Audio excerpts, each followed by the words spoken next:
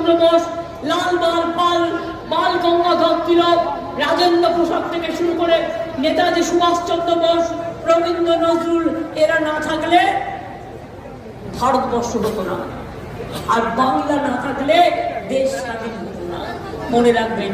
আর পাঞ্জাব যদি না থাকতো, এবং আজকে আবার বলি, বাংলায় পারবে তোমাদের ঘাড় ধাক্কা দিয়ে সরকার থেকে তোমাদের সরিয়ে দেওয়া, গণতন্ত্রের মাধ্যমে, ভোটের মাধ্যমে, এটা বাংলাই পারবে। কি পারবেন তো? কি বাবা ওই বোনেরা পারবেন তো? এই কটা দিন অনেক চক্রান্তের জাল হবে, অনেক চক্রান্ত হবে, হিন্দু মুসলমানে লাগিয়ে দেওয়ার চেষ্টা হবে। ওরা লাগালে আপনারা লাগবেন না তো? আমায় কথা দিন, আমায় কথা দিতে হবে। হিন্দু মুসলমানের দাঙ্গা বিজেপি লাগালেও আপনারা কেউ লাগাবেন।